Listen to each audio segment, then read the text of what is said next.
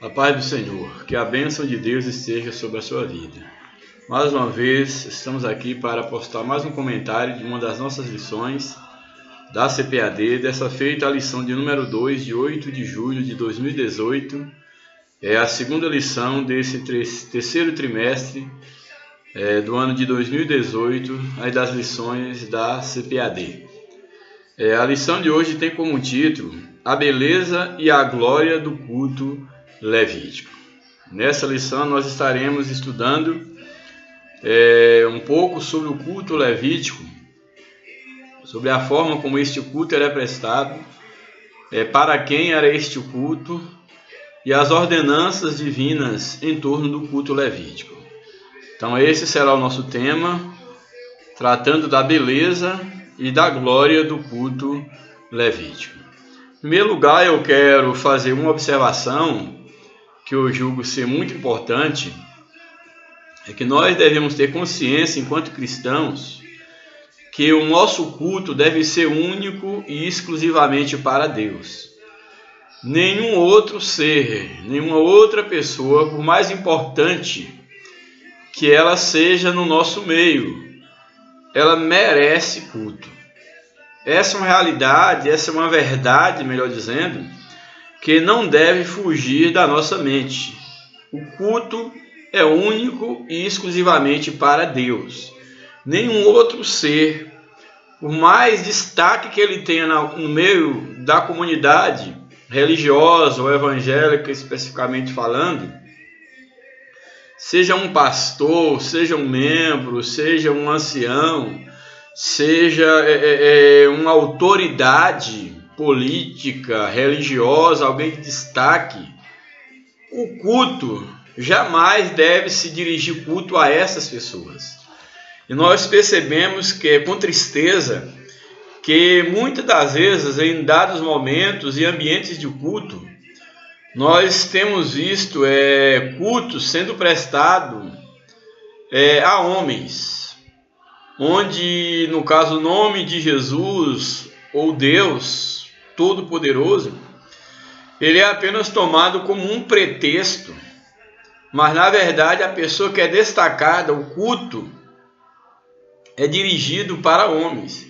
Isso é muito perigoso, porque a Bíblia ela deixa bem clara que Deus não dá sua glória a outro, e o próprio Jesus, quando da tentação no deserto, ele nos ensina e dá uma lição para o próprio Satanás, que somente a Deus deve adorar, somente a Ele deve servir, somente a Ele deve prestar culto.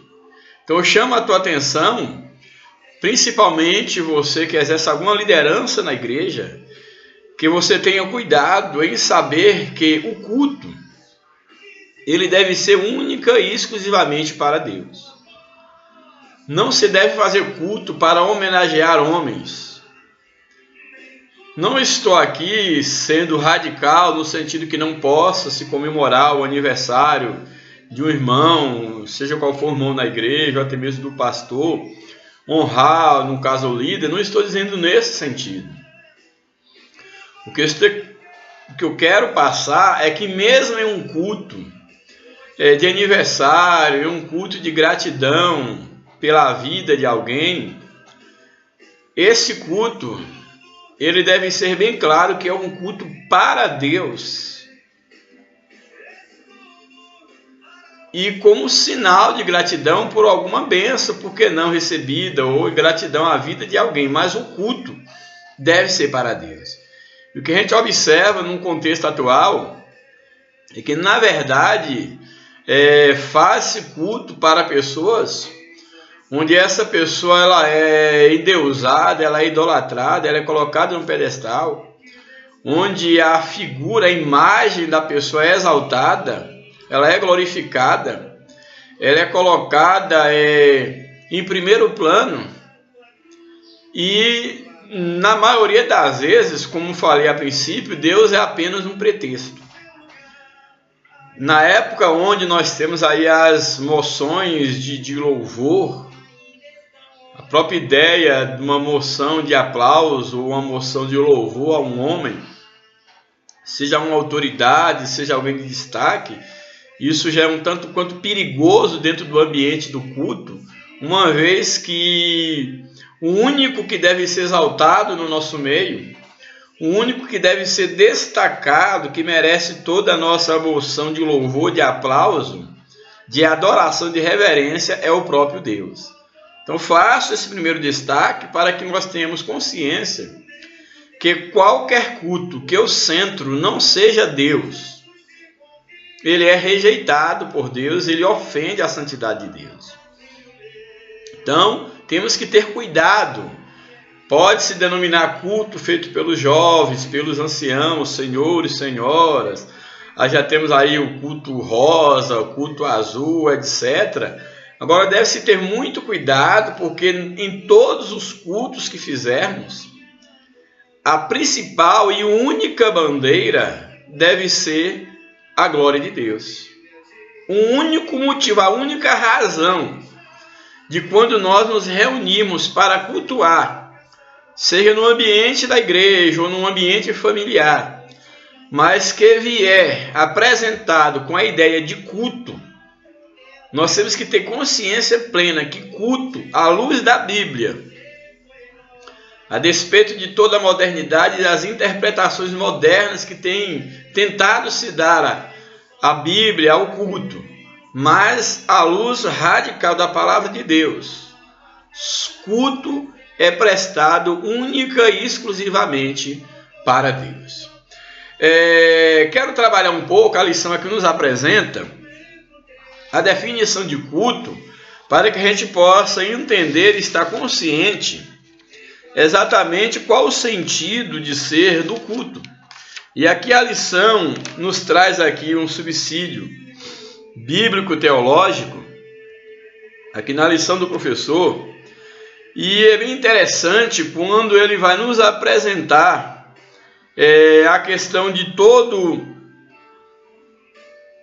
o culto levítico, e nós podemos acompanhar aqui na lição, tanto aqui no subsídio teológico, quanto em outros subsídios que a lição nos traz. Aqui o subsídio, após aí o segundo tópico, traz um subsídio bíblico e teológico em relação ao culto levítico. E aí no primeiro, após o primeiro ponto da lição, primeiro tópico, nos apresenta um subsídio teológico que nos traz algumas definições, algumas observações do que é o culto, e eu quero apresentar para vocês, porque eu achei muito rica essa informação, esse subsídio que a lição nos apresenta. Então, logo no início aí das definições, ele vai nos trazer aqui o subsídio aqui do pastor Claudio de Andrade. Ele vai nos trazer aqui duas definições de culto. Primeiro, uma definição etimológica e antropológica do que é o culto. Segundo, uma definição teológica. Então, trabalhando aí a definição etimológica e antropológica do que seja o culto, nos traz o seguinte: a palavra culto é originária do vocábulo latino culto e significa adoração ou homenagem que se presta ao Supremo Ser. Então, aqui nessa definição etimológica e antropológica, nos traz a definição de culto como sendo exatamente uma forma de adoração e de homenagem que se presta, que se oferece ao Supremo Ser. Esse Supremo Ser é exatamente Deus. Então, mostrando aqui que o culto ele é direcionado para Deus, que é o único digno de louvor, é o único digno de adoração. Portanto, não podemos esquecer dessa definição de culto, trazendo o estudo da palavra culto na sua forma etimológica, na sua etimologia, segundo aqui apresentado pelo pastor Claudio, mostrando exatamente que, num sentido etimológico e antropológico, culto é exatamente essa adoração ou homenagem que se presta ao Supremo Ser. E ainda ele traz no grego, isso no latim, o culto tem esse significado, e no grego temos duas palavras para culto. Primeiro, a palavra latreia, que significa adoração. Então, culto, latreia em grego, que significa adoração. E nós sabemos que somente Deus, ele merece a nossa adoração. Uma outra definição do grego para culto é a palavra proskuneo. Então, essa palavra proskuneo significa reverenciar, prestar obediência, render homenagem. Então, Deus, ele é digno da nossa reverência. Ele é o único que, através do nosso culto, nós devemos reverenciar, prestar obediência e render a homenagem. Então, essas são algumas definições para a palavra culto, tomando aqui uma definição etimológica e antropológica. Uma outra definição aqui apresentada por Cláudio Honor de Andrade é a definição teológica de culto. O que seria culto dentro do âmbito de uma definição teológica? Culto é o momento da adoração que atribuímos a Deus. Então, no sentido teológico, culto é exatamente um momento de adoração a Deus, mostrando o verdadeiro sentido da palavra culto. Marca o encontro do Supremo Ser com seus adoradores. Então, o culto é esse momento de encontro de Deus com seus adoradores e dos adoradores com o seu Deus. Louvado seja o nome do Senhor. Eis porque, durante o seu transcurso, cada membro da congregação deve sentir-se e agir como integrante dessa comunidade de adoração à Igreja de Cristo. Ou seja, cada um dos participantes do culto deve tomar para si a responsabilidade e o privilégio de fazer parte dessa congregação, fazer parte dessa comunidade de adoração. Louvado seja o nome do Senhor. Se o culto aos ídolos induz o ser humano às mais abjetas práticas, a adoração cristã eleva-nos ao coração do Criador. O teólogo Karl Barth via o culto cristão como o ato mais importante, mais relevante e mais glorioso da vida do homem. Interessante essa leitura desse teólogo Karl Barth, quando exatamente ele elege o culto a Deus como o momento mais importante, mais significativo da vida do homem. Por quê? Exatamente porque é um momento onde o homem ele para entrar em contato com o seu Criador, com o Deus que o criou, prestando a ele adoração, um reconhecimento, obediência, reverência pelo Deus que o criou. Portanto, estão aí essas definições para que nós entendamos e para que possa reforçar aquilo que falei a princípio, que o único ser para o qual nós devemos dirigir o nosso culto é exatamente para Deus. Então não comungue, não participe, não promova, seja enquanto membro congregado, ou seja, enquanto liderança, cuja responsabilidade ainda é maior, em nenhuma forma de culto que não seja única e exclusivamente para Deus. Porque o contrário disso é algo reprovável, é algo que fere o propósito do culto à luz da palavra de Deus. Louvado seja o nome do Senhor. Bem, o texto áureo da nossa lição, lembrando que o tema da nossa lição é a beleza e a glória do culto levítico. O texto áureo da nossa lição nos apresenta o seguinte, está em Levítico 9, 23. Nos apresenta, esse texto ele vai aparecer na leitura bíblica em classe. nos diz o seguinte nesse texto: então entraram Moisés e Arão na tenda da congregação, lugar dedicado a Deus. Depois saíram da tenda, depois de terem recebido a bênção de Deus, aí Moisés e Arão, e abençoaram o povo, e a glória do Senhor apareceu a todo o povo. Então aqui é interessante nós observarmos, porque nos apresenta exatamente este momento, quando Moisés e Arão, eles entram na tenda da congregação diante da presença de Deus, e eles então recebem de Deus a bênção, e através das suas vidas, eles podiam agora então abençoar o povo de Israel. Louvado seja o nome de Jesus. Aí a verdade prática nos apresenta o seguinte: o verdadeiro culto divino não se impõe, ou seja, não é válido, não se torna verdadeiro pelo ritualismo, nem por sua pompa.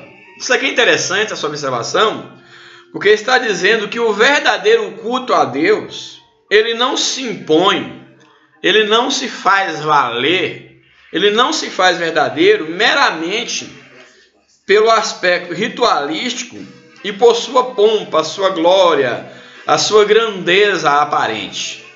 Mas o verdadeiro culto divino, ele se impõe, ele se torna verdadeiro, não pelo ritualismo e nem pela pompa, continua aqui o comentarista, mas pelo quebrantamento de coração e pela integridade do espírito. Ou seja, o culto de fato ele é aceito por Deus não pelo seu aspecto externo, não pela sua apresentação exterior, quanto à sua formalidade, o seu ritualismo. Mas esse culto ele toca o coração de Deus exatamente pelo quebrantamento do adorador, pela maneira como aquele que vai prestar o culto se coloca diante de Deus. Então o verdadeiro culto a Deus ele se impõe, ou seja, ele é aceito por Deus quando ele é ofertado por meio de um coração quebrantado e pela integridade, ou seja, pela inteireza, pela verdade de espírito, ou seja, do espírito do adorador. Então, quando o adorador ele se coloca diante do Senhor com o coração quebrantado e com o espírito verdadeiro, ele presta a Deus um verdadeiro culto, e este culto, então, ele é aceito na presença de Deus. E uma vez sendo aceito enquanto um culto verdadeiro, o comentarista ele coloca: a glória de Deus não pode faltar em um culto. Ou seja, para que a glória de Deus ela venha selar a presença de Deus, a glória de Deus em um culto, é o sinal da aprovação divina. Então, ou seja, se o culto ele se reduz apenas à formalidade, ao ritualismo, isso não atrairá a glória de Deus. Mas quando o culto ele é de um adorador, de adoradores que se colocam com o coração quebrantado e com um espírito verdadeiro, neste culto não faltará a glória de Deus. Isso é maravilhoso. Então a glória de Deus não pode faltar num culto verdadeiro. E o que atrai a glória de Deus para um culto verdadeiro não é a pompa do culto, não é o formalismo, o ritualismo do culto, mas é exatamente a intenção dos adoradores. É a maneira como se coloca o espírito e o coração daqueles que cultuam a Deus. Daí nós percebemos a responsabilidade do que é cultuar. Então, se num culto, por exemplo, a figura mais importante é o homem, certamente este culto não é verdadeiro e a glória de Deus não estará dando a chancela não estará selando este culto como um culto para Deus, como um culto verdadeiro.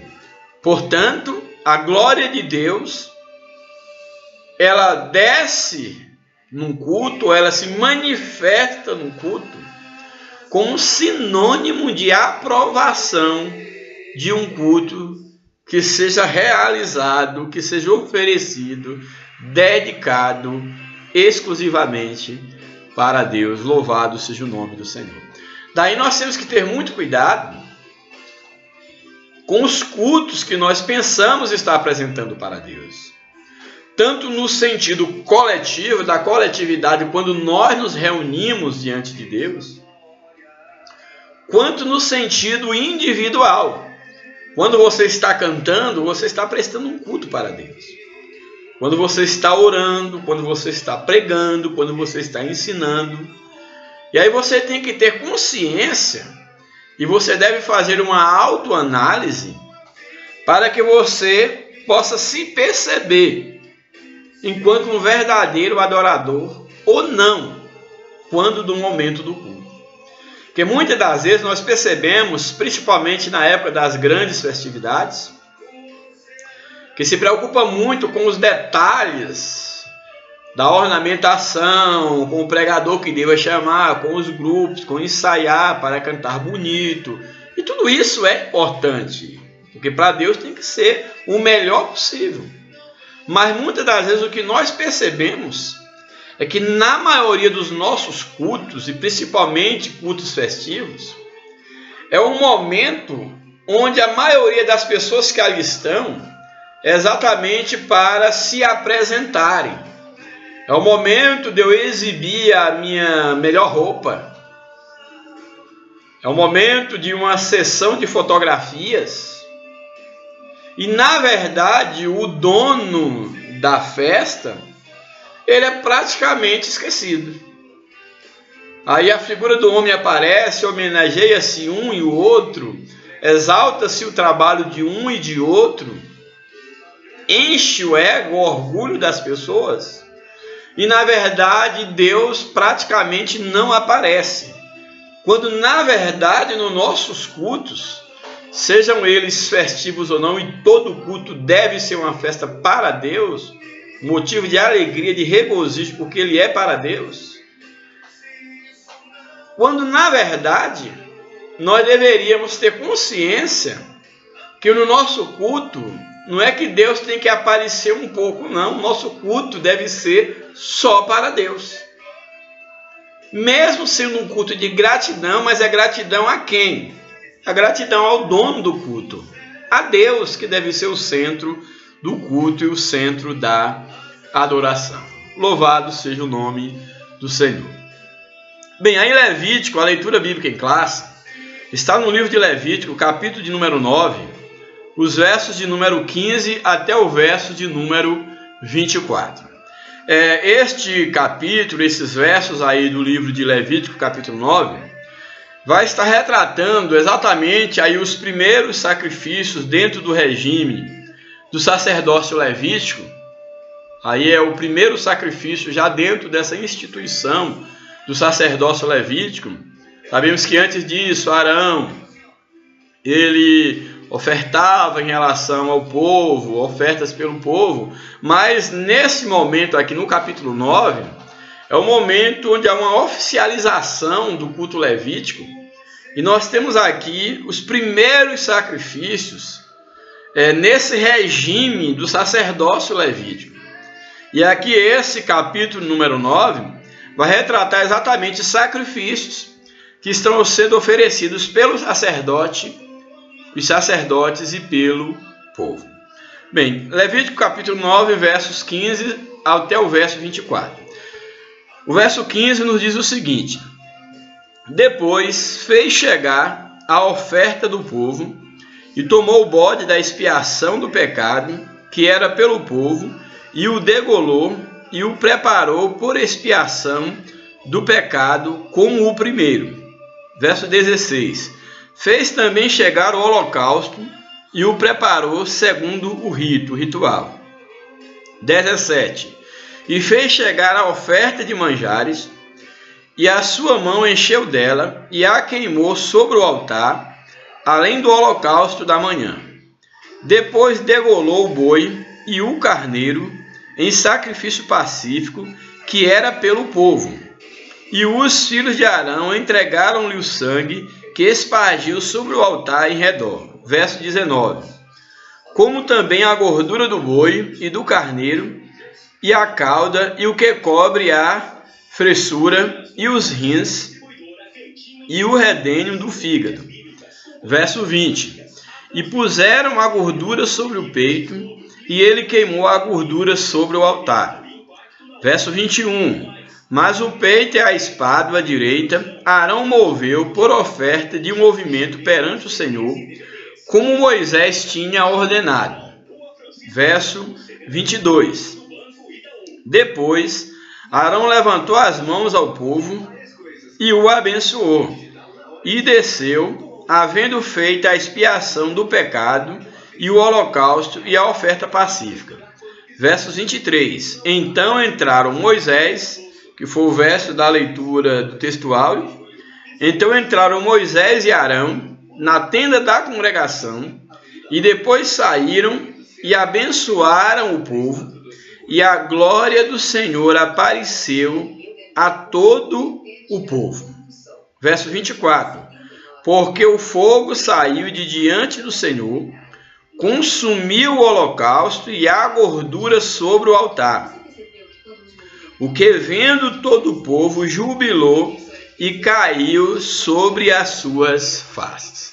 Interessante esse relato, aqui nos fala de várias ofertas, holocaustos sendo oferecidos a Deus. E esses holocaustos eram exatamente, tinham um valor simbólico, era uma maneira do homem adorar a Deus através de elementos físicos, que eles tinham uma representação diante de Deus, como uma aceitação, como não entrar diante de Deus com as mãos vazias, e aí os sacerdotes faziam isso em prol do povo. E nós temos aqui nos dois últimos versos que nós lemos, o sinal de aprovação da parte de Deus deste culto aqui, prestado a Deus, esse culto levítico. Nós temos a beleza deste culto, a ordem neste culto, e a glória de Deus tendo descido com a aprovação deste culto.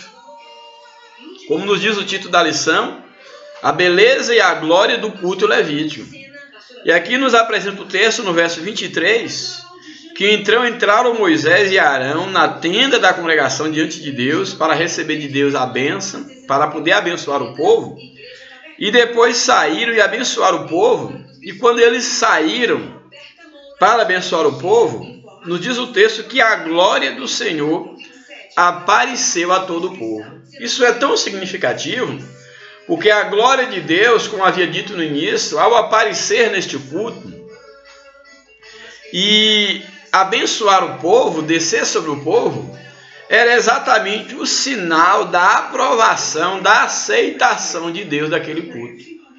E aí o último verso diz, porque o fogo saiu de diante do Senhor, consumiu aquele holocausto, como sinal de que Deus havia aceito o holocausto, consumiu o holocausto e a gordura sobre o altar, o que vendo todo o povo jubilou e caiu sobre as suas faces como um gesto de adoração e de gratidão a Deus por ter recebido a sua adoração, por ter recebido o seu culto. Louvado seja o nome do Senhor.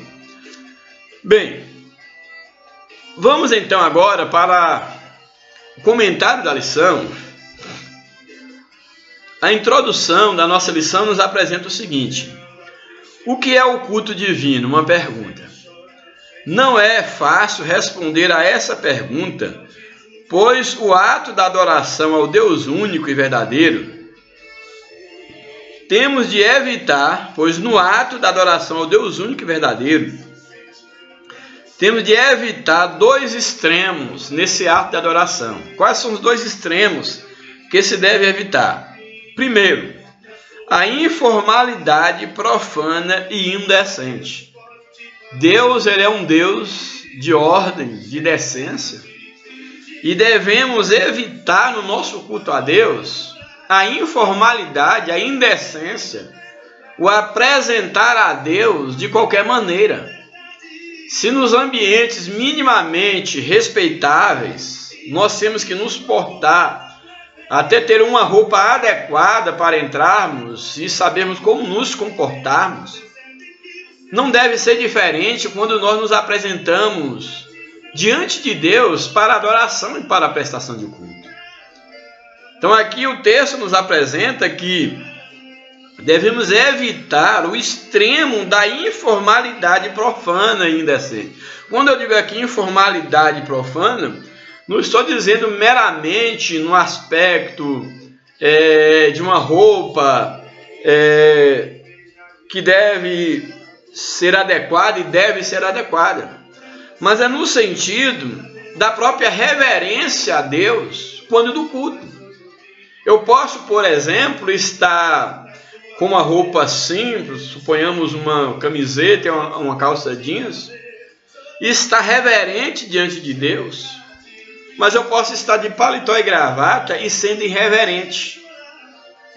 Então é a maneira como eu me comporto diante de Deus, a intenção do meu coração, a minha mente, como eu me coloco em respeito à presença de Deus, que vai exatamente mostrar o quanto o meu culto ele está no âmbito da informalidade e da profana, da informalidade profana e da indecência. Então aqui o comentarista na introdução, ele nos aconselha que dois extremos devem se evitar ao prestar-se um culto a Deus, e o primeiro desses extremos a ser evitado é exatamente a informalidade profana e indecente. E qual é o outro extremo que deve evitar? É o ritualismo que mata o genuíno culto bíblico. Olha, deve-se evitar a informalidade profana, mas também deve-se evitar o ritualismo que acaba matando o genuíno culto. Ou seja, muitas das vezes se preocupa tanto com o ritualismo, com o formalismo, com o legalismo, e acaba engessando e prestando um culto como se fosse um culto de autômatos, de robôs, um culto sem vida, um culto irracional no aspecto de estar desprovido de uma intencionalidade do nosso coração. Estamos escravos de um excesso de ritualismo, de formalismo, que também nos distancia de Deus. Então, tanto a indecência deve ser evitado, quanto o mero formalismo exacerbado. São dois extremos que devem ser evitados quando no momento de prestar um culto para Deus. Por esse motivo, o Senhor deixou a congregação, para a congregação israelita, nos livros de Êxodo e de Levítico, deixou que ordenanças e instruções quanto à essência de seu culto, ou seja, do culto para Deus. Tendo como exemplo a consagração do Santo Templo em Jerusalém, mostraremos nessa lição a beleza e a glória do culto levítico, que a nossa adoração a Deus conte igualmente com a presença do Espírito Santo em todos os atos. Sem a glória de Deus, nenhum culto tem validade. Louvado seja Deus. Então aqui o comentarista nos chama a atenção, tomarmos como modelo esse momento da consagração do templo e ali da ordem sacerdotal, todo aquele serviço sacerdotal da ordem levítica, tomando como um modelo de culto da beleza e da glória de Deus que foi descida ali naquele culto levítico.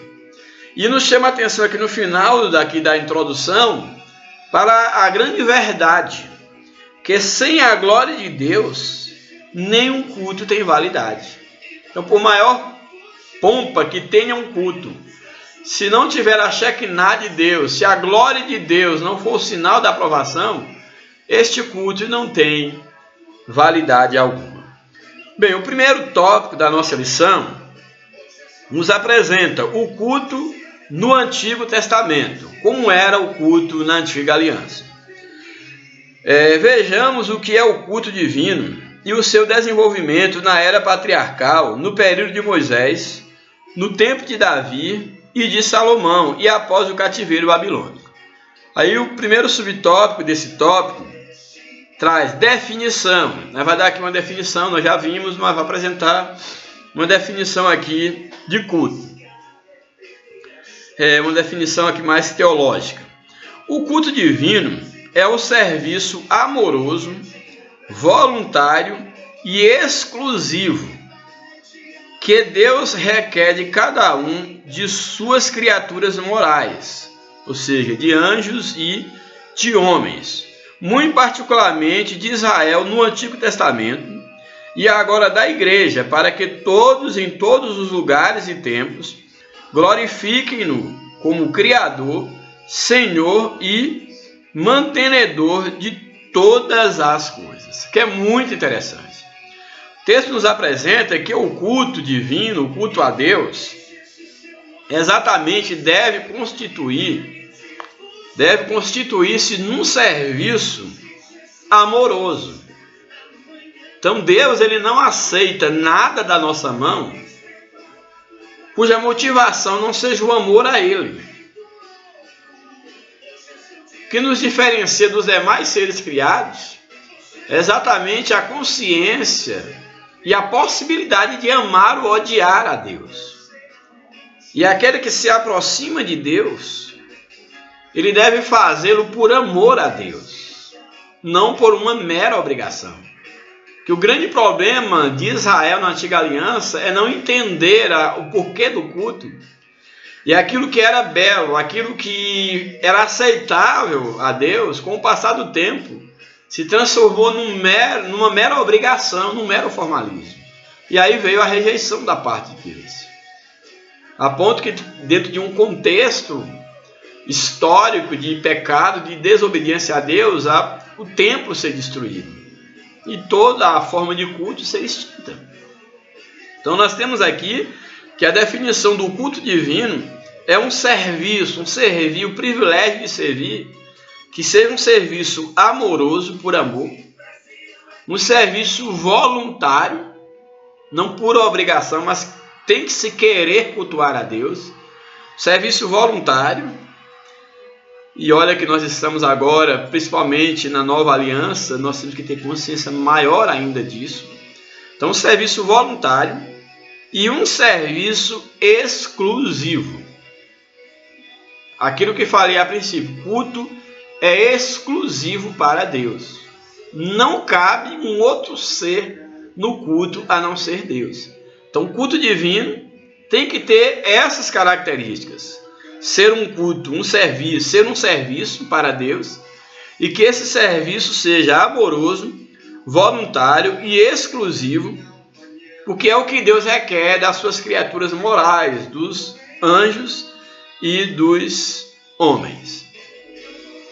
Então nós temos aqui exatamente o que Deus cobra, isso Deus cobrava do seu povo Israel, e Deus cobra da sua igreja na atualidade, e que em todo canto, e que em todos os lugares, esse seja o modelo de culto prestado a Deus. Louvado seja o nome do Senhor. Aí o subtópico 2, primeiro nós vimos aí, o primeiro subtópico, a definição de culto. Esse segundo subtópico do primeiro ponto, temos como era o culto na era patriarcal. Então, na era patriarcal, o primeiro grande patriarca a prestar culto a Deus foi Noé, Gênesis 8, verso 20.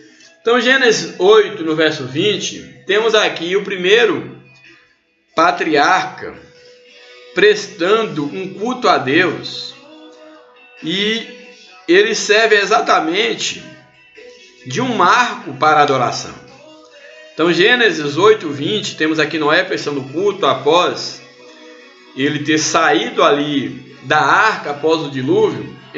Gênesis 8, verso 20, nos apresenta o seguinte: e edificou Noé um altar ao Senhor, e tomou de todo o animal limpo, e de toda a ave limpa, e ofereceu holocausto sobre o altar.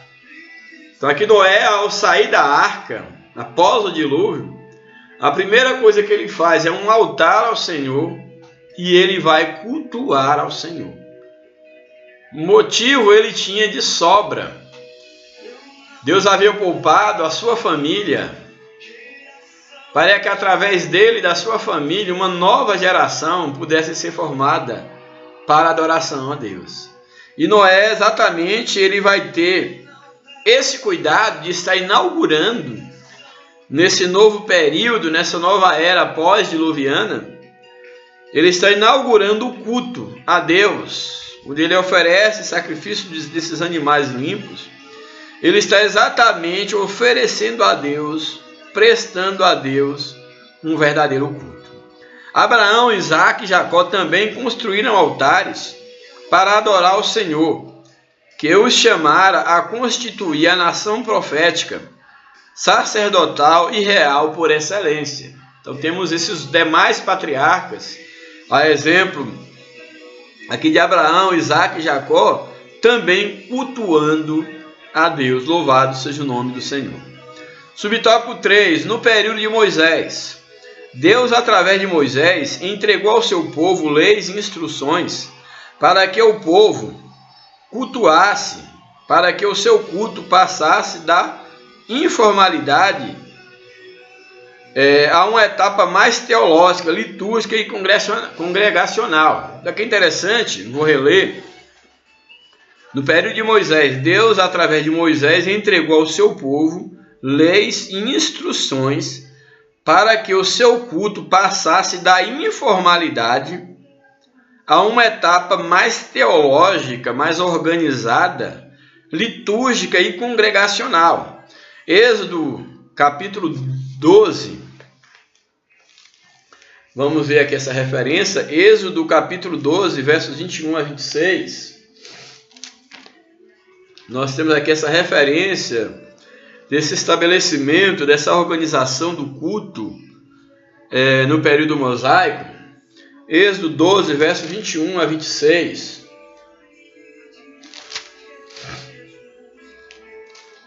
Nos apresenta o seguinte, Êxodo 12, 21 a 26. Chamou, pois, Moisés a todos os anciãos de Israel e disse-lhes: escolhei e tomai vós cordeiros para vossas famílias e sacrificai a Páscoa. Aqui é bem interessante esse texto, que é exatamente quando da instituição da primeira Páscoa, quando o povo sai ali ou está prestes a sair do Egito.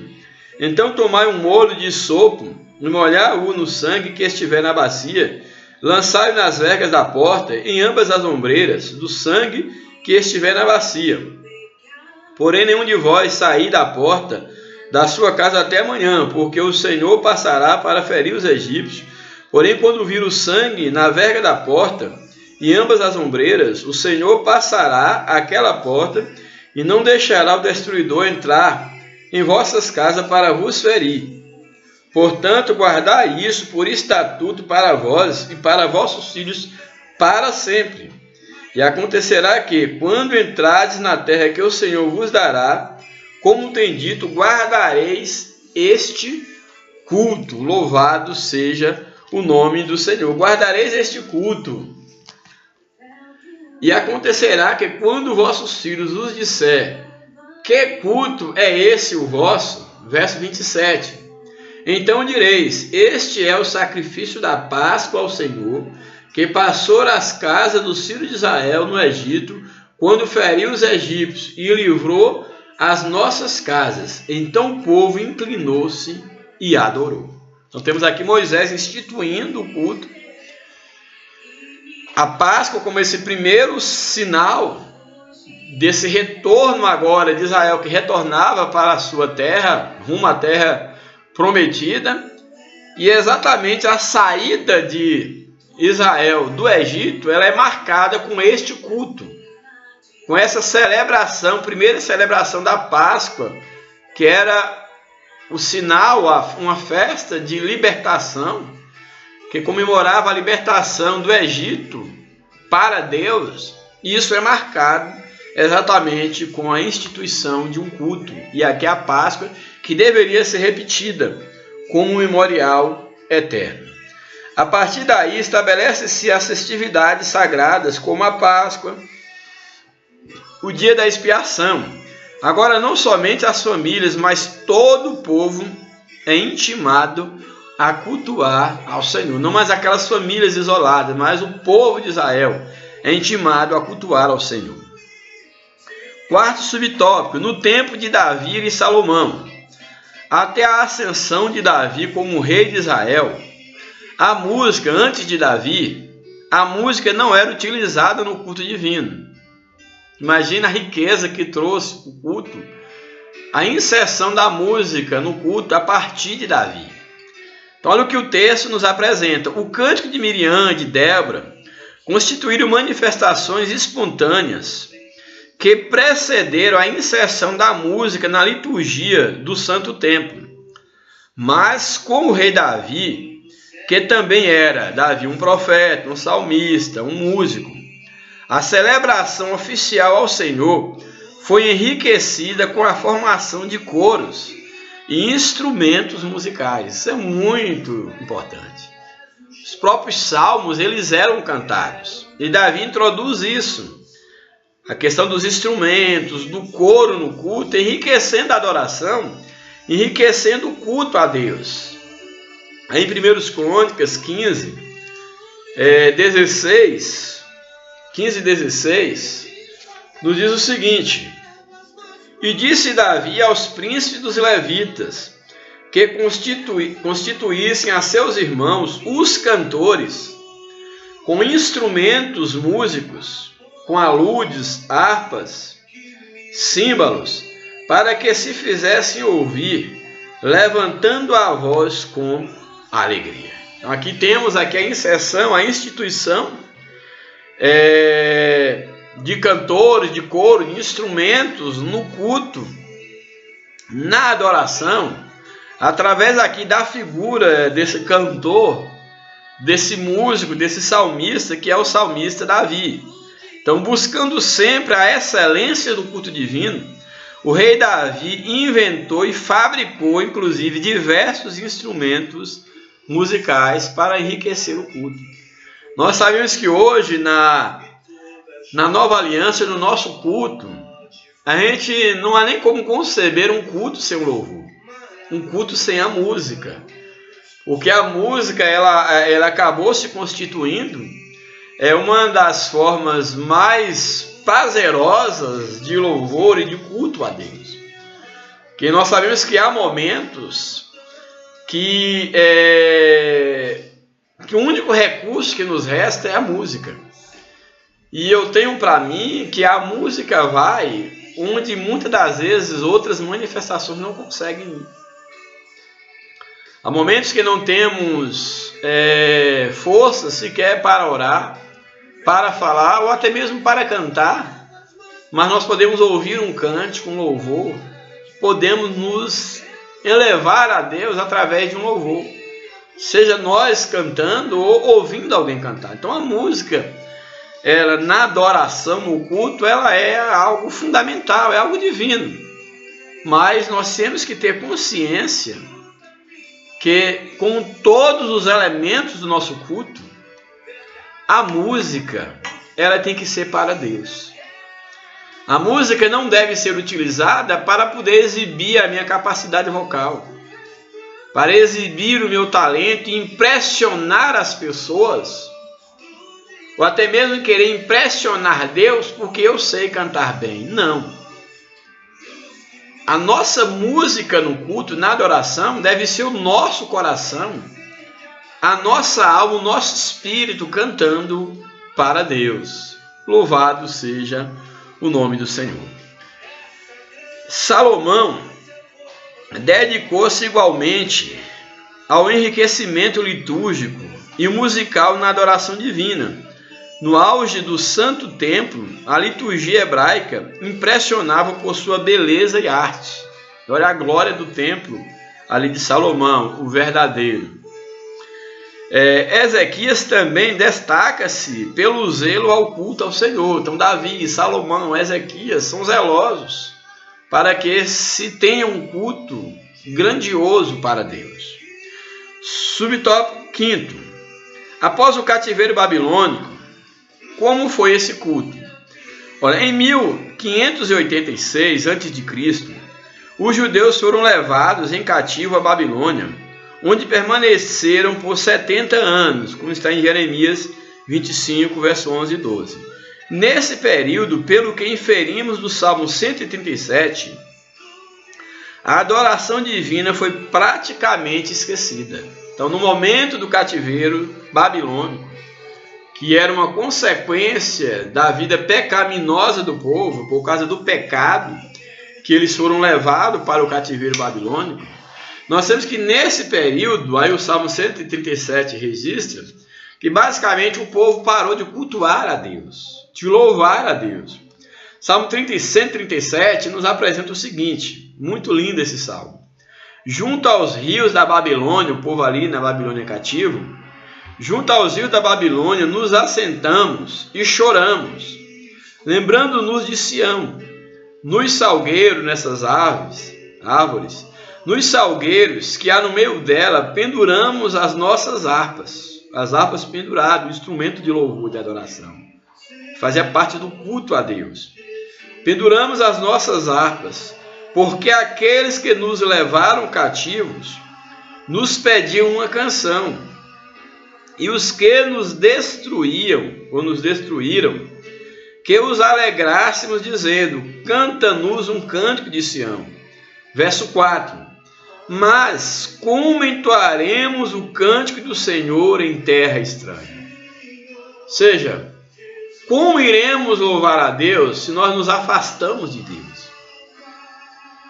Se nós nos afastamos da presença de Deus, se nós perdemos esse privilégio, como cantaremos ao Senhor? Aí o verso 5, o salmista ele começa a poetizar, através dessa música, deste salmo. Se eu me esquecer de ti, ó Jerusalém, ou seja, se eu tomar Babilônia como a minha terra e esquecer de ti, o salmista começa a dizer assim, se eu me esquecer de ti, ó Jerusalém, esqueça-se a minha destra. Olha, se eu esquecer de ti, ó Jerusalém, esqueça-se a minha destra da sua destreza. Apegue-se minha língua ao paladar, que eu não fale mais se eu me esquecer de ti. Apegue-se a minha língua ao paladar, se me não lembrar de ti, se não preferir Jerusalém, a minha maior alegria. Que é o saudosismo do salmista, o desejo de retornar a Sião. Lembra-te, Senhor, dos filhos de Edom, do dia de Jerusalém, porque diziam, arrasai-a até os seus alicerces. A filha da Babilônia, que vai ser assolada. Feliz aquele que te retribuir consoante o que fizestes a nós. Feliz aquele que pegar em teus filhos e der com eles nas pedras. Aqui o lamento e o desejo da punição, da vingança daqueles que os haviam escravizado. Então temos aqui que nesse período do cativeiro de Babilônia, durante o período de 70 anos, o povo passa ali cativo, que nesse período, pelo que podemos inferir desse salmo, a adoração divina foi praticamente esquecida. Mas o retorno a Jerusalém, quando retornaram a Jerusalém, os repatriados, incentivados por Esdras e Neemias, reavivaram o culto levítico. E nós vemos aqui o grande avivamento que Deus operou através desses dois instrumentos, que foi Esdras e Neemias, quando o povo ele retorna do cativeiro babilônico, que ali o culto é restaurado novamente para Deus, como está aí registrado no livro. E Esdras e Neemias vai estar mostrando, relatando esse avivamento. O tópico 2 da lição, elementos do culto levítico. A fim de mostrarmos a beleza e a glória do culto divino no Antigo Testamento, tomemos como exemplo a consagração do Santo Templo pelo rei Salomão em Jerusalém. Primeiro subtópico, sacrifícios. O culto inaugural do Santo Templo, que teve início com a chegada da Arca Sagrada, a Arca da Aliança, foi marcado por uma grande quantidade de sacrifícios de animais. De forma sem igual, o rei Salomão e todo Israel demonstraram sua ação de graça a Deus ou ao Deus de Abraão, Isaque e Jacó. Esse texto nos apresenta, aí de 1 Reis 8, verso 5, a grandiosidade do culto inaugural ali do templo de Salomão, quando da presença da chegada da arca sagrada e da grande quantidade de ofertas de sacrifícios que foram oferecidos a Deus neste momento de culto. Aí no livro de 1 Reis, capítulo 8, verso 5, nos apresenta o seguinte: e o rei Salomão e toda a congregação de Israel que se congregaram a ele, estavam todos diante da arca, sacrificando ovelhas e vacas, que se não podia contar nem numerar pela multidão. A multidão de quê? De sacrifício, ovelhas, vacas, sacrifícios oferecido a Deus nesse momento da consagração do templo ao Senhor. Então temos aqui esse momento de sacrifício, tomando o sacrifício como esse valor simbólico. Cada sacrifício representava o próprio povo se colocando diante de Deus, reconhecendo o senhorio de Deus sobre as suas vidas. E à medida que esses sacrifícios eles eram aceitos, o próprio povo estava agora sendo aceito diante de Deus, neste culto que eles prestavam a Deus. O segundo subtópico, os cânticos. Vimos aí os sacrifícios nesse culto. E agora, ainda fazendo parte desse culto, nós temos os cânticos.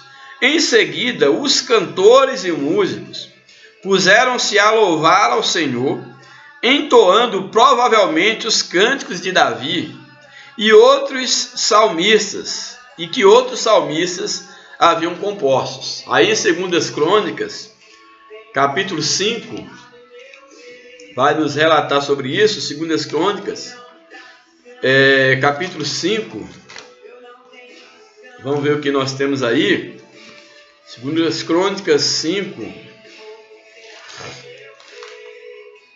louvado seja Deus, versos 12 e 13 a seguir. 2 Crônicas 5, 2 Crônicas, versos 5, 12, 13 a seguir, nos diz o seguinte: e quando os levitas, cantores de todos eles, isto é, Asaf, Emã, Jedutum, seus filhos e seus irmãos, vestidos de linho fino, com símbolos e com alaúdes, e com harpas, estavam em pé para o oriente do altar, e com eles até 120 sacerdotes, que tocavam as trombetas, e quando eles uniformemente tocavam as trombetas, e cantavam para fazer ouvir a sua voz, bendizendo e louvando ao Senhor, e quando levantavam eles a voz com trombetas e símbolos, os outros instrumentos músicos, para bendizer ao Senhor, porque era bom, porque a sua benignidade durava para sempre. Então a casa, nesse momento de louvor, de adoração, então a casa se encheu de uma nuvem, a saber, a casa do Senhor, e não podiam os sacerdotes ter-se em pé para ministrar por causa da nuvem, porque a glória do Senhor encheu a casa de Deus. Louvado seja o nome do Senhor. Então temos aqui, nesse momento da adoração, após o sacrifício, o povo cantando ao Senhor, cantando os salmos, hinos a Deus, e a glória do Senhor então toma o culto, toma aquele ambiente, pois Deus aprovava aquele culto, aquela adoração. Terceiro subtópico, exposição da palavra, muito interessante. Então temos aqui um culto onde tinha sacrifício, louvores, cânticos, e tínhamos também aqui a exposição da palavra. Logo após Salomão dirigir ao povo, fazendo uma síntese da história sagrada até aquele instante, ele mostra a clara intervenção de Deus em cada etapa da existência de Israel. Aí em 2 Crônicas, capítulo 6, de 1 a 13, ele vai expor a palavra e mostrando exatamente essa história sagrada, né? A mão de Deus e o agir de Deus, fazendo uma síntese daquilo que havia acontecido desde o momento quando Deus havia intervido em cada etapa do povo de Israel, durante a sua história, guiando esse povo até o momento em que eles estavam ali, relembrando que eles passaram o privilégio de estarem ali diante de Deus. Também havia, naquele momento do culto, havia oração. Então, a exposição da palavra, uma espécie de uma pregação da palavra de Deus, ali por meio do rei, ali trazendo à memória o povo. Também a oração. O rei dirige-se agora a Deus em oração, agradecendo por aquele momento, e intercede não só por Israel, mas pelos gentios que, ouvindo acerca da intervenção divina na vida de seu povo, para ali concorriam ou ocorriam, ou acorriam. Então nós temos aqui que Salomão, além de expor a palavra, ele também era o momento dele orar a Deus em favor do povo, e em favor de todos os demais gentios que acorreriam ou iriam, eram atraídos para aquele lugar, devido ao que Deus, a glória de Deus e o que Deus havia feito no meio do seu povo. Temos aí também, como um elemento do culto, além da exposição da palavra, temos também a oração. E além da exposição, dessa pregação expositiva, da oração, tinha também a leitura da palavra dentro desse culto aí levítico. Então, o culto levítico ele era composto de sacrifícios, de cânticos, exposição da palavra, oração e leitura mesmo, a leitura do texto bíblico. Após o cativeiro babilônico, já no tempo de Esdras, aqui já num outro momento, não aqui mais no momento de Salomão, no tempo de Esdras, a palavra de Deus começou a ser lida publicamente como parte da liturgia do culto. Aí em Neemias 8, verso 1 ao 8, muito interessante esse texto. Vamos ver o que nos diz o texto, Neemias. Louvado seja Deus, Neemias capítulo 8, os versos de número 1 ao 8, versos 3 ao 8, para ganharmos tempo. Neemias capítulo 8, verso 3, 1 ao 8, aqui no verso 3, nos diz o seguinte: e leu nela, no caso no livro da lei, e leu nela, isso aqui é interessante, que é Esdras lendo a lei diante do povo.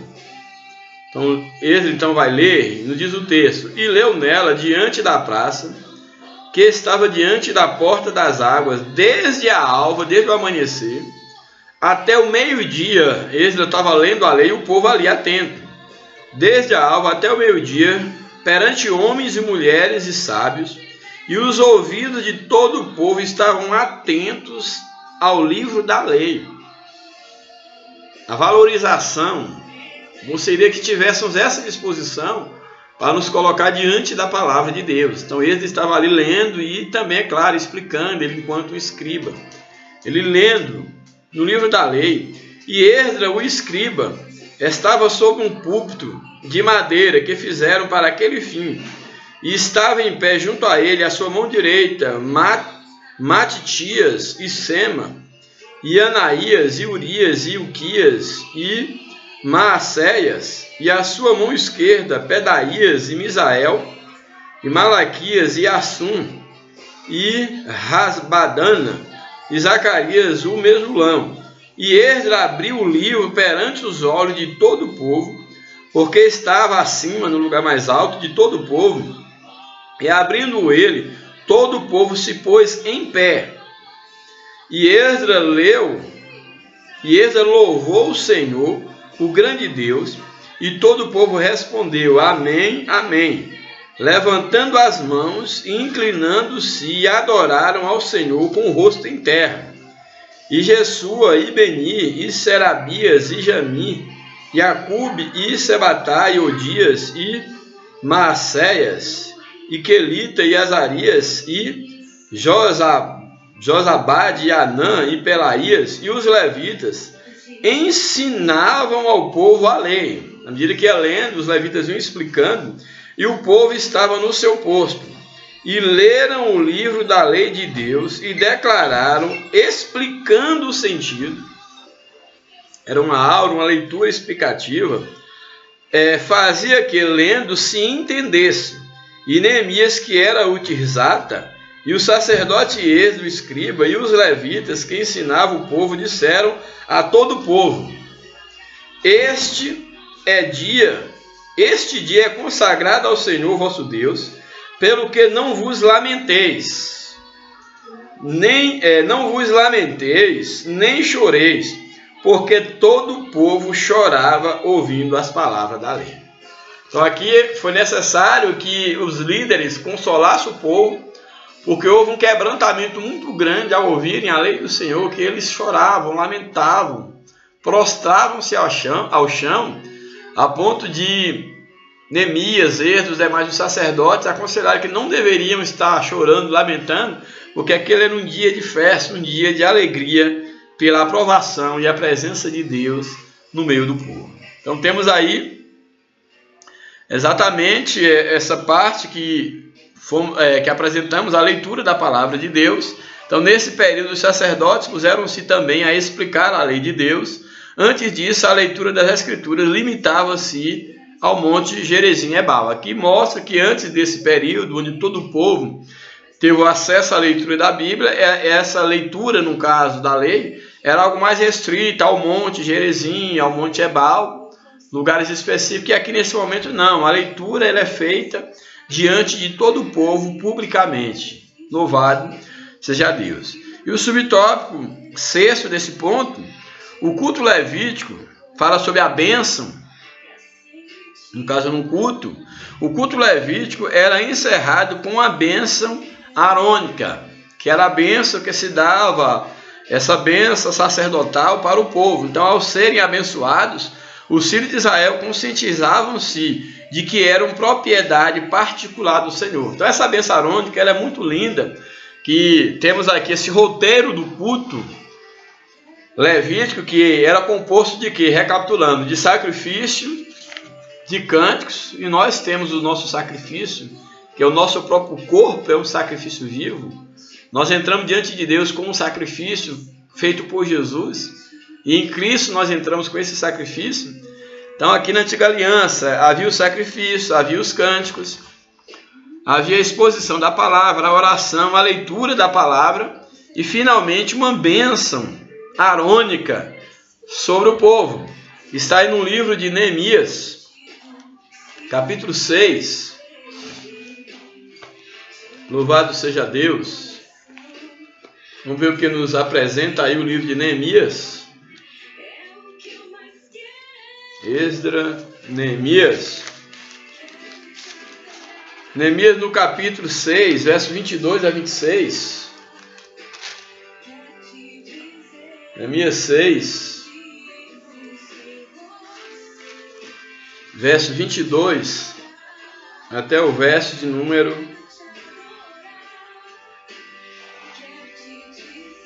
louvado seja Deus. Melhor número 6, não é Neemias, é que a referência acabou tendo aqui um equívoco aqui na referência, mas aí em número capítulo 6, verso 22 até o verso número 26, nós temos aí então a bênção arônica que finalizava o culto, que era exatamente, finalizava-se com essa bênção. E falou o Senhor a Moisés, dizendo: Fala a Arão e aos seus filhos, dizendo: Assim abençoareis os filhos de Israel, dizendo-lhes: O Senhor te abençoe e te guarda. Fazia parte do culto. Essa era a bênção arônica. O Senhor te abençoe e te guarde. O Senhor faça resplandecer o seu rosto sobre ti e tenha misericórdia de ti. O Senhor sobre ti levante o seu rosto e te dê a paz. Assim porão o meu nome sobre os filhos de Israel e os abençoarei. Olha que bênção maravilhosa. Vou ler novamente. O Senhor te abençoe e te guarde. O Senhor faça resplandecer o seu rosto sobre ti e tenha misericórdia de ti. O Senhor sobre ti levante o seu rosto e te dê a paz. Assim porão o meu nome sobre os filhos de Israel e eu os abençoarei. Então aqui completa o culto levítico com essa bênção araônica. O último tópico da lição, que é finalidades do culto levítico. Vamos ver o que nós temos aqui nesse tópico. O culto levítico no Antigo Testamento tinha 4 finalidades básicas. Adorar a Deus era a primeira, reafirmar as alianças divinas, professar o credo mosaico e aguardar o Messias. Era uma celebração teológica aí messiânica. Então vamos ver aí essas finalidades do culto levítico. A primeira finalidade, adorar o único e verdadeiro Deus. Essa era a primeira finalidade do culto levítico, ou seja, o culto era para o único e verdadeiro Deus. Ao reunir-se para adorar a Deus, a comunidade de Israel demonstrava 2 coisas: a aceitação do único e verdadeiro Deus e a rejeição dos deuses pagãos. Enfim, o culto afastava os israelitas da idolatria e aprofundava sua comunhão com o Senhor. Esse era o teor dos cânticos congregacionais no santo templo, louvado seja Deus. Então o que nós temos aqui? Que a primeira finalidade do culto levítico era exatamente adorar o único e verdadeiro Deus. Então eles tinham consciência disso, que eles estavam ali para adorar o único Deus, eles aceitavam Deus como seu único e verdadeiro Deus, e ao tempo que eles aceitavam isso, eles afastavam-se da idolatria das demais nações, dos deuses que as demais nações cultuavam. Eles prestavam um culto único e exclusivamente para Deus, e os seus próprios cantos congregacionais, ali feitos no templo, tinham esse teor de adoração ao único Deus. Era o seu lema era: ouve Israel, o Senhor Deus é o nosso, é o único Deus. Então ali era um culto de adoração ao único e verdadeiro Deus. Essa era a primeira finalidade. É a consciência de estarem reunidos em torno do nome do único e verdadeiro Deus.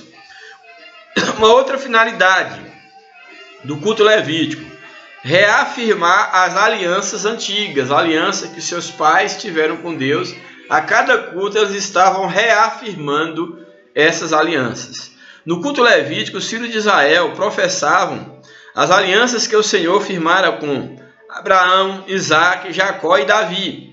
Já em seus cânticos reafirmavam a fé na perseverança de Deus em sua vida familiar e comunal. Então cada culto era uma oportunidade de reafirmar o compromisso, a aliança com Deus, a aliança que seus pais fizeram, e eles reafirmavam essa aliança. Era uma outra das finalidades do culto, reafirmar essa aliança com Deus, que não deve ser diferente dos nossos cultos. Estávamos em cada culto adorando a Deus como único, reafirmando a nossa aliança com Deus. Terceira finalidade do culto: professar o credo divino. Em seus cultos, os israelitas, guiados pelo ministério levítico, professavam o seu credo, que é esse credo maior de Israel. Esse seu lema, esse seu tema, esse seu norte, essa sua bandeira. Em cada culto eles estariam reafirmando e professando esse seu credo divino. Qual era esse credo? É o que estava em Deuteronômio 6,4, que dizia o seguinte: ouve Israel, o Senhor nosso Deus é o único Senhor. Esse era um credo que era repetido para todos os judeus. Eles jamais poderiam esquecer disso, desse credo. Ouve Israel, o Senhor nosso Deus é o único Senhor. Então era uma oportunidade do culto exatamente para professar, trazer à memória, deixar sempre na memória esse credo divino. Nessa sentença resume-se toda a teologia do Antigo Testamento, que a Igreja de Cristo recite essa doutrina divina. Que não só Israel, mas que nós, enquanto Igreja de Cristo, nós podemos estar recitando: ouve, ó Igreja, o Senhor nosso Deus é o único Senhor, é o Senhor da Igreja, é o nosso Senhor, louvado seja Deus. E o último subtópico, também uma outra finalidade do culto, além da adoração ao único e verdadeiro Deus, de reafirmar as alianças antigas, de professar o credo divino. Uma outra finalidade, dentre as várias, mas uma outra finalidade citada pelo autor aqui, era aguardar o Messias. Cada culto era um sinal de estar aguardando a chegada do Messias. No livro de Salmos, há uma elevada cristologia que descreve a paixão, a morte, a ressurreição e a glória do Senhor Jesus Cristo como o Rei dos Reis. Um israelita, aí os Salmos vai muito trabalhar como isso, dessa vida do rei, de levantar a cabeça para que entre o Rei da Glória, essa chamada do rei e essa memorização, esse trazer à memória essa promessa e essa esperança está viva da chegada, no caso do Messias. Então aqui o texto traz algo bem interessante. Aí o Salmo 22, por exemplo, vamos ler aqui, já que estamos finalizando. É um salmo muito lindo. Quando o salmo ele vai nos apresentar, Salmo 22, esse salmo messiânico, nos apresenta o seguinte: Deus é Deus, Salmo 22. Aí nós podemos ler, tem outras passagens aqui, mas não dá para ler tudo. Mas Salmo 22 nos diz o seguinte: Deus é Deus, Deus, meu Deus, por que me desamparaste? Falando do Messias. Por que te alonga das palavras do meu bramido e não me auxilias? Deus meu, eu clamo a ti e tu me ouves, de noite e não tenho sossego. Deus meu, eu clamo de dia e de noite, e tu não me ouves. De noite e não tenho sossego, porém tu és santo, o que habita entre os louvores de Israel. Em ti confiaram nossos pais, confiaram e tu os livraste. A ti clamaram e escaparam, a ti clamaram e não foram confundidos. Mas eu sou verme, não homem, opróbrio dos homens e desprezo do povo. Todos que me veem zombam de mim. Verso 8, dizendo: confiou no Senhor que eu livre, pois ele tem prazer, nele tem prazer. Mas tu és o que tiraste do ventre, o que me preservaste, estando ainda no seio da minha mãe. Aí começa aqui a exaltar ao Senhor nesse salmo, e há outros salmos aqui interessantes que o texto ele começa a nos apresentar, que são esses salmos messiânicos, mostrando toda essa confiança do israelita e esse aguardar, descrevendo a promessa, a ressurreição e a morte do Messias. E há vários textos aqui na Bíblia, nos Salmos, que são salmos maravilhosos. O Salmo, por exemplo, de número 16, o verso 10, por exemplo: pois tu não deixarás, aí falando do Messias, tu não deixarás a minha alma no inferno, nem permitirás que o teu santo veja a corrupção. Também esse salmo que também está falando, salmos cristológicos, que fala da paixão, da morte e ressurreição do Messias. O salmo também de número 110, ele também é interessante. Salmo 110, o verso 1 ao 4, quando ele diz: disse o Senhor a meu Senhor, assenta-te à minha mão direita, até que eu ponha os teus inimigos por escabelo dos teus pés. O Senhor enviará o cetro da sua fortaleza desde Sião, dizendo: domina no meio dos teus inimigos. E aí vai mostrando aqui a questão do Senhor. Jurou o Senhor e não se arrependerá. Tu és o sacerdote segundo a ordem de Melquisedeque. O Senhor, à tua direita, ferirá os reis. No dia da tua ira, julgará entre as nações, enchê-las de cadáver, ferirá as cabeças dos grandes. Pelo caminho desdenhar-se-ão no ribeiro e prosseguirá de cabeça erguida. Aí temos ainda os Salmos de número 2, verso 1 ao 8. Também outro salmo que faz menção à questão